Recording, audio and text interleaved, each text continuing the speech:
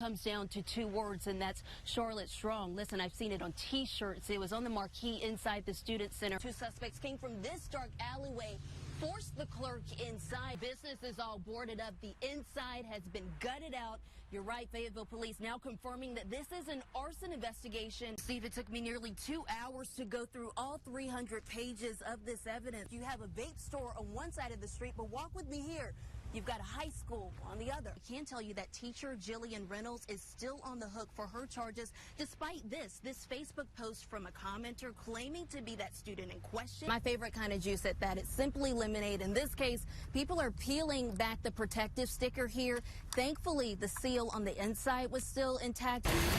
Breaking news right now in Fayetteville. Good morning, I'm Morgan Norwood. Fayetteville police on the scene of a deadly shooting. We are here at the intersection of Murchison Road. An urgent warning tonight, not just about sharks. Kind of a complicated situation, Joel. The city says they can't really go after the developer because technically this is not considered a floodplain. This is what we've been warning you guys about with the rising of the Cape Fear River. I showed it to you just minutes ago, and this is the result. And I'm Morgan Norwood. Frederick Hall is the man in this video seen swinging at police officers. And Southern California residents still on edge after the largest earthquake that they have seen in at least 20 years. New tonight, a carjacking leading to a chase and a deadly accident. I gotta give it to him. I have a rowing machine at home, and I can just imagine how much arm and muscle power it takes. So now they're officially ready to take on kindergarten. My heart can't take it. So cute. See what's happening this instant. ABC 11 Eyewitness News at 6 starts right now. New tonight, we're learning more about an officer-involved shooting in Fayetteville. Good evening. I'm Morgan Norwood. Thank you for joining us. Authorities on the scene for hours overnight on Kimberwick Drive. ABC 11's Michael Perchik, though, joining us right now from the Raleigh Eyewitness News Center. And new tonight, at least 20 people are recovering after being hurt in an explosion at a Florida shopping center. Fire officials with the city of Plantation say 2 people suffered serious injuries in this gas explosion. It happened just before 11:30 this morning at the Plaza Market on University Shopping Center. I just heard a bang. It was like a big explosion. I didn't know what was going on, and actually it shook me. It was terrible. Witnesses say the explosion happened at a pizza restaurant, but authorities haven't confirmed that just yet. And Southern California residents still on edge after the largest earthquake that they have seen in at least 20 years. Friday night's aftershocks sparking fires, even leading to an NBA game all the way in Las Vegas being abruptly cut short. ABC's Danya Backus is near the epicenter in Ridgecrest, California, with how the community is responding tonight. We're learning the Macy's in Crabtree Valley Mall is still closed. This comes after a fire was started in a second-floor dressing room yesterday. Fire officials say it was intentionally started, but there's no word on any suspects just yet. Also new tonight, Roxborough police searching for a suspect in this shooting. They say a man was shot in the foot at the Sheets on North Madison Boulevard overnight. Thankfully, he is expected to be okay. Witness News also working to bring you more details on this crash. It happened on Jackie Robinson Boulevard over in Durham. You can see an SUV flipped and several children being assisted by EMS. There's no word on the extent of their injuries or what caused this crash. Now to a story many of you are checking out on ABC11.com. 6 Arizona police officers asked to leave a Starbucks because a customer felt uncomfortable. The Temp Officers Association says officers paid for their drinks, stood together in the shop. Then a barista approached them and asked them to leave or move where a customer could not see them. So they decided to leave. Starbucks releasing an apology following the incident. The 2020 presidential hopeful unveils a new plan. Here out, Kamala Harris wants to help more minorities become homeowners.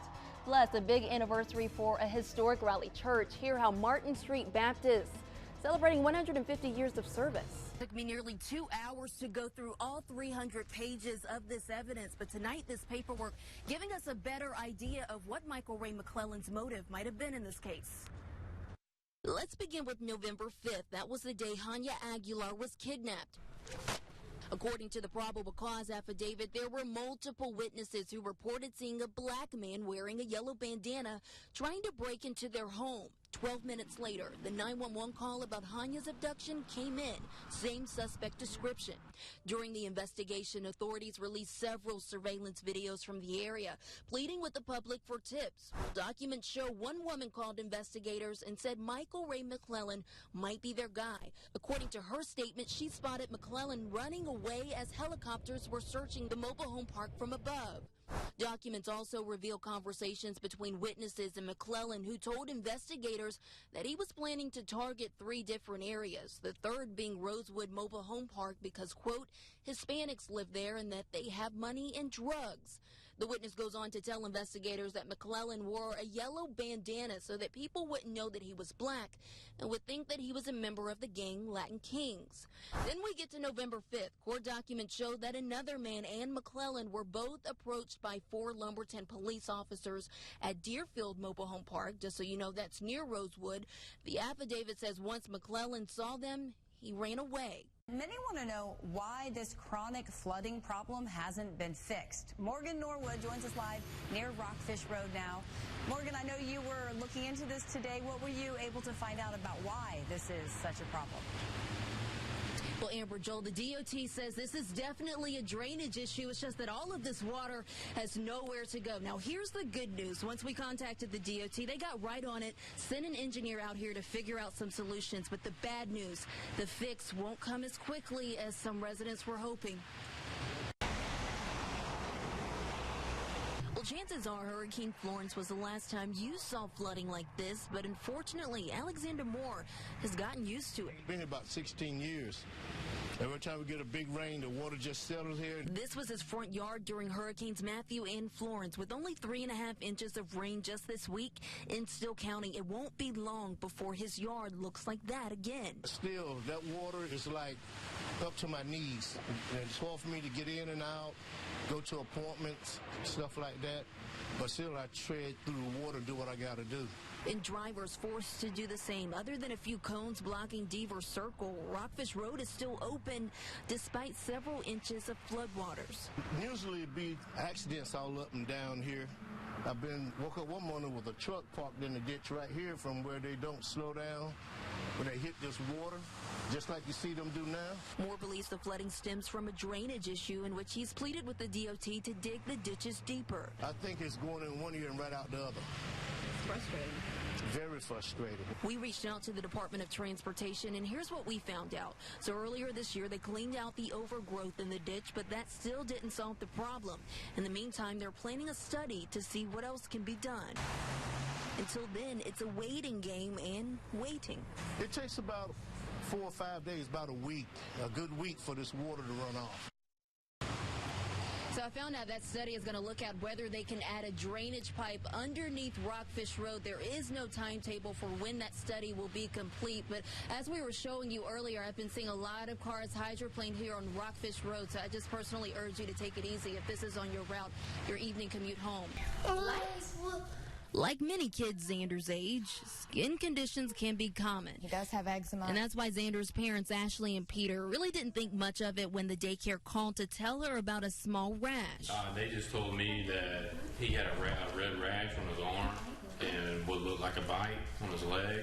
And I asked him what kind of bite it was, and he said it looked like a mosquito bite. But when they picked their 2-year-old up from the Building Blocks Child Care Center in Cameron, these marks, 1, 2, 3, 4, 5, 6, all over Xander's body had this mom speechless. So I just turned to tears and lost it, and felt somewhat responsible because my heart aches that I wasn't there to pick him up and save him and, protect him. Ashley Ortiz says the teachers told her it was some sort of allergic reaction, but her intuition as a mom and a nurse kicked in, and she took Xander to the doctor. He took one look at him, and he was like, those are definitely bite marks. And he said, if I did not know that he was in daycare all day due to you both working, he said, I would call CPS right now.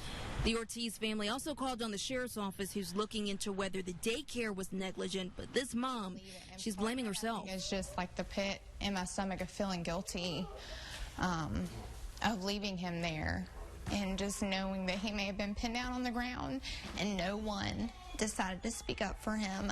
Like I said, meanwhile, I think it would be proper for the state to do investigation. Building Block CEO Perry Melton is standing by his staff. I looked at all the photographs. The teachers, both teachers, are adamant that the child was not bitten in the classroom. Adamant. Both of them are very compassionate and good teachers with no history of neglect or anything like this.